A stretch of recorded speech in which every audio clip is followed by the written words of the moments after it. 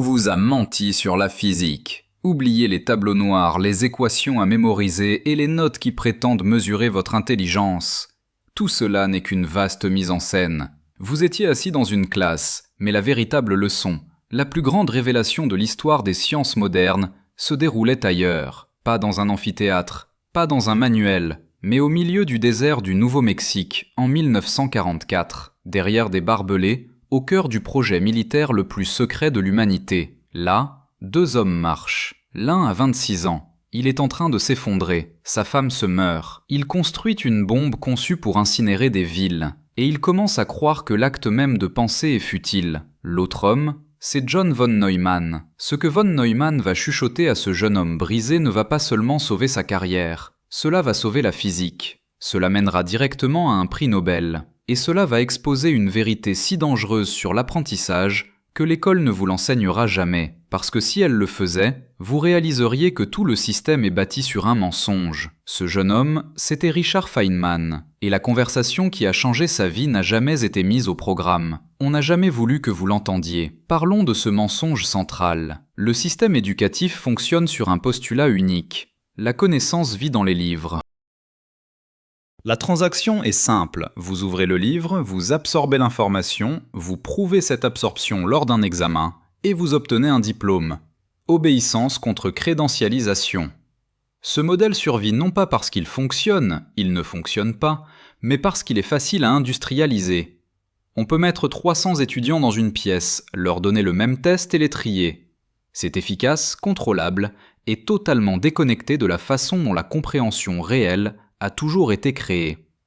La vérité, c'est que les transferts de connaissances les plus cruciaux de l'histoire des sciences ont eu lieu en privé, dans des couloirs, autour d'un repas, lors de promenades non enregistrées, entre deux esprits qui se faisaient assez confiance pour dire ce qui ne pouvait pas être publié. Los Alamos n'était pas une université, c'était une prison pour génies. Le gouvernement américain avait arraché les meilleurs physiciens et mathématiciens à leur confort académique pour les jeter dans un complexe ultra secret au milieu de nulle part. Leur mission était simple et terrifiante, construire la bombe avant les nazis. À l'intérieur de ces clôtures, quelque chose de fascinant s'est produit, quelque chose que le monde académique refuse encore de reconnaître. La hiérarchie a volé en éclats. Dans une université classique, le statut est primordial. Votre titre, vos publications, votre ancienneté déterminent qui a le droit de parler.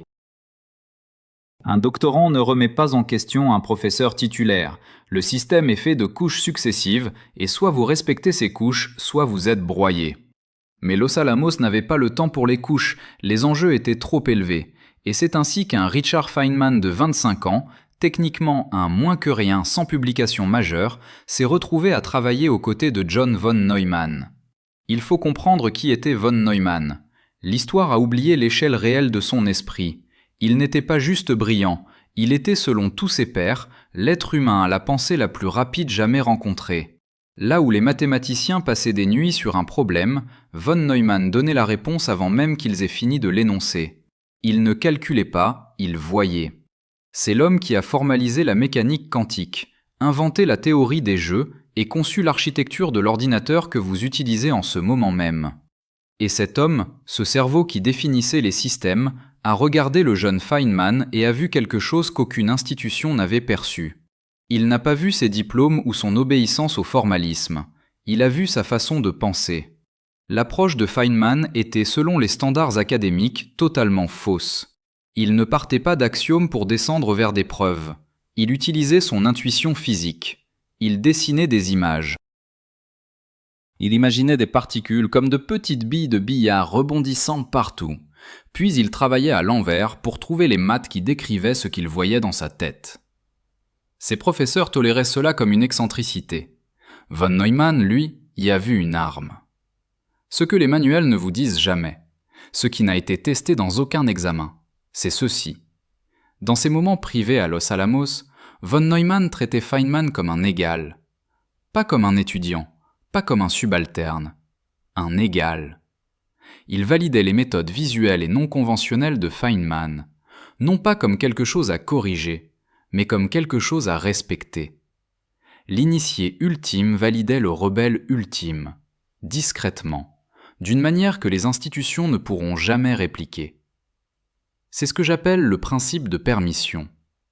Avant de pouvoir penser au plus haut niveau, vous avez besoin de la permission de penser à votre propre façon. L'école ne vous donne jamais cette permission. Elle vous donne une méthode. Elle vous teste sur cette méthode. Si votre chemin est différent, on vous marque faux. Le système a horreur de l'originalité, parce qu'elle n'est pas industrialisable. Mais von Neumann, le plus grand logicien de son temps, a regardé le désordre intuitif de Feynman et lui a dit, sans même utiliser de mots, « Continue. Ta différence n'est pas un défaut, c'est ton avantage. » Pensez à toutes ces fois où un professeur vous a sanctionné, non parce que votre résultat était faux, mais parce que votre démarche ne correspondait pas au cadre imposé. On vous a fait vous sentir limité, voire stupide, parce que vous ne rentriez pas dans le moule. Mais l'esprit le plus rapide de l'humanité a vu du génie là où le système voyait une erreur de parcours. Pourtant, la leçon la plus brutale de von Neumann restait à venir. Et elle n'avait rien à voir avec les équations. Août 1945. Les bombes tombent sur Hiroshima et Nagasaki. 200 000 morts. Un séisme moral frappe les scientifiques du projet. Feynman, lui, est déjà dévasté. Sa femme, Arlene, est morte 2 mois plus tôt. Il a 27 ans, il est veuf, et il a aidé à créer l'apocalypse. À l'université de Cornell, il ne peut plus fonctionner. La physique est morte pour lui. Plus de joie, plus de curiosité. C'est alors que von Neumann lui glisse une idée qui va tout rebooter. Tu n'es pas responsable de l'état du monde. Tu as le droit d'être libre. Feynman est à la cafétéria de Cornell. Il est l'ombre de lui-même.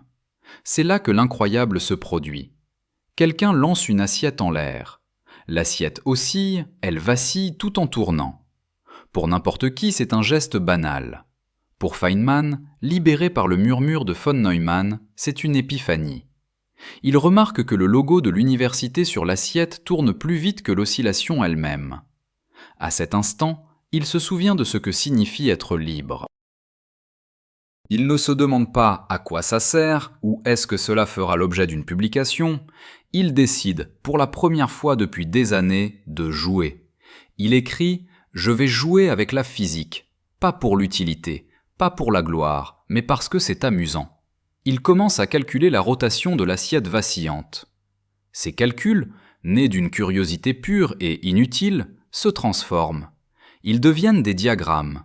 Ces diagrammes deviennent les célèbres diagrammes de Feynman, l'outil qui va révolutionner l'électrodynamique quantique et lui valoir le prix Nobel en 1965. Voici le principe de liberté. Les découvertes les plus profondes ne viennent pas d'esprits qui cherchent à être utiles. Elles viennent d'esprits qui sont libres. L'école vous apprend que chaque apprentissage doit avoir un objectif, un débouché, une application de carrière. C'est la voix du système qui parle. Von Neumann a fait taire cette voix pour Feynman. Mais il y a une couche encore plus profonde. Von Neumann et Feynman étaient des opposés. Von Neumann était le bâtisseur ultime du système. Il a créé les outils, les axiomes, les architectures. Feynman était le briseur de système. Il refusait d'utiliser des outils qu'il n'avait pas fabriqués lui-même. Et pourtant, le créateur des outils a validé le briseur d'outils. Pourquoi ? Parce que von Neumann connaissait le principe de la subordination des outils. Le système scolaire vénère les outils. On ne vous note sur votre maîtrise de la formule, du cadre, de la méthodologie. Mais la carte n'est pas le territoire. La formule n'est pas la physique. Le diplôme n'est pas le savoir. Von Neumann savait que les outils ne sont que des béquilles. L'essentiel, c'est la compréhension brute, celle qui naît quand on s'autorise à regarder l'assiette vaciller sans rien attendre en retour.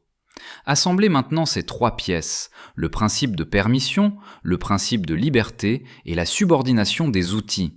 Ce que vous obtenez, ce n'est pas un nouveau diplôme, c'est une libération intellectuelle totale.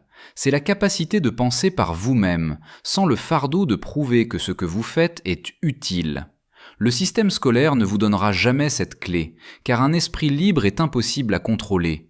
Il est impossible à tester, impossible à classer, et surtout impossible à formater. Feynman a remporté le prix Nobel non pas parce qu'il était le plus intelligent, son QI était de 125, ce qui est excellent, mais bien inférieur à celui de dizaines de ses collègues de Los Alamos. Il a gagné parce qu'il a eu le courage de rester un enfant qui joue au milieu d'adultes sérieux qui calculent. Plus tard, lors d'un voyage au Brésil, Feynman a exposé une vérité encore plus cruelle.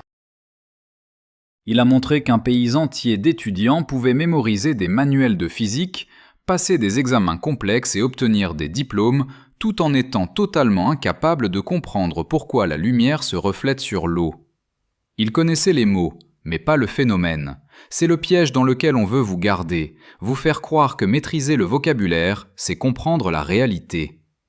La véritable leçon de cette conversation dans le désert, c'est que la connaissance n'est pas une transaction. C'est une relation intime, brute et joyeuse avec le réel. C'est le refus de laisser une institution définir les limites de votre curiosité. Vous n'avez jamais manqué de capacité, vous n'avez jamais manqué d'intelligence, vous manquiez simplement de permission.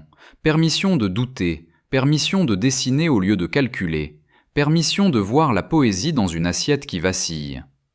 Von Neumann a donné cette permission à Feynman en secret. Aujourd'hui, vous l'avez aussi. Ne cherchez plus à être l'élève modèle d'un système obsolète. Soyez le rebelle qui comprend. Si vous voulez voir le monde tel qu'il est, et non tel qu'on vous l'a vendu, abonnez-vous.